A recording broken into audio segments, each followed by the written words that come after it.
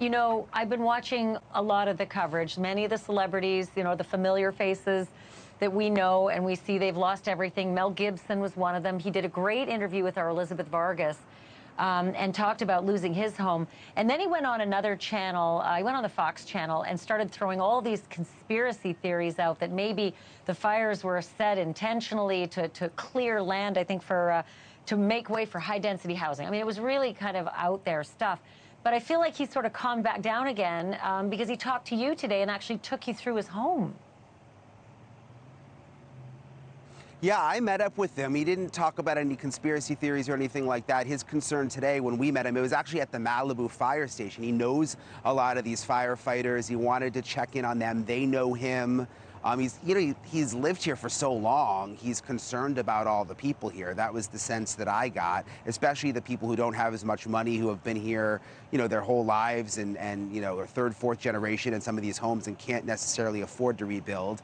But we went in the fire truck with him, with the firefighters, and then we went out to his home and saw just how bad the damage was. It was interesting. Take a look at this, Ashleigh.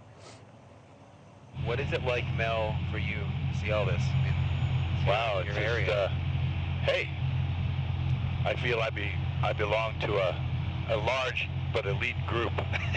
Yeah, you lost your home. Of people who lost homes, and it's devastating for all of them too.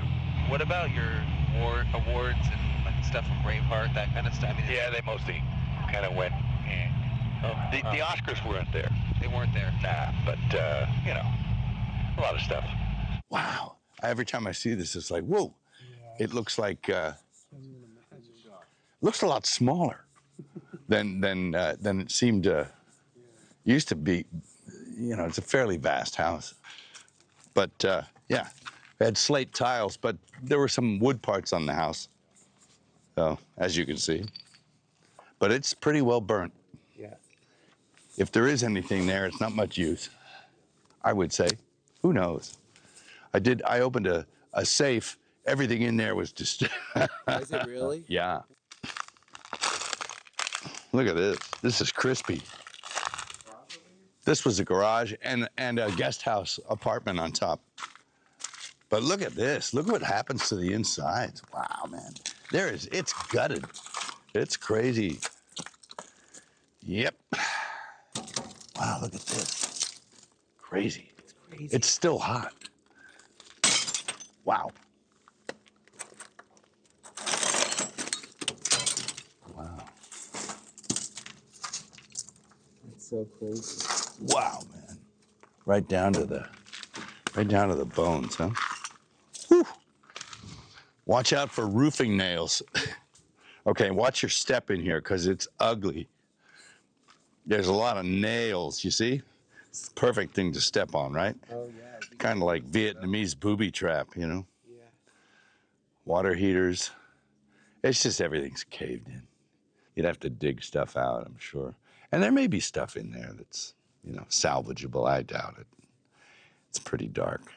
I'm sorry. No, that's okay. Be standing here at your house like this. Yeah, that's okay. You know what? I'm okay with it. I'm okay. You don't look back, you look forward.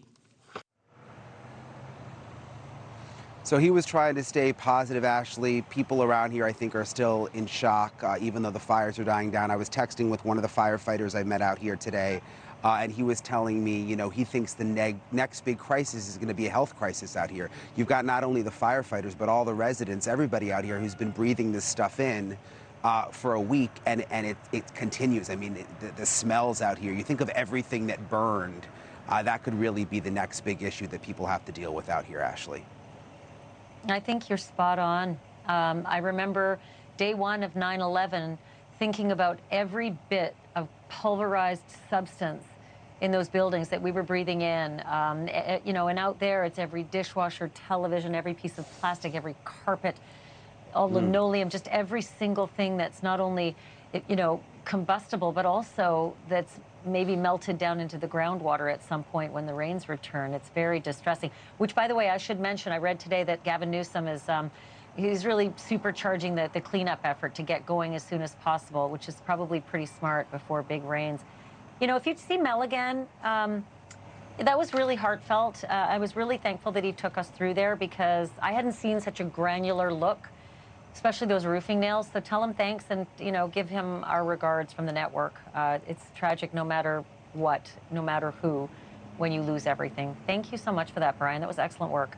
Thanks for watching. Go to joinnn.com to find NewsNation on your screen. And don't forget to click the red subscribe button below to get more of NewsNation's fact-driven, unbiased coverage.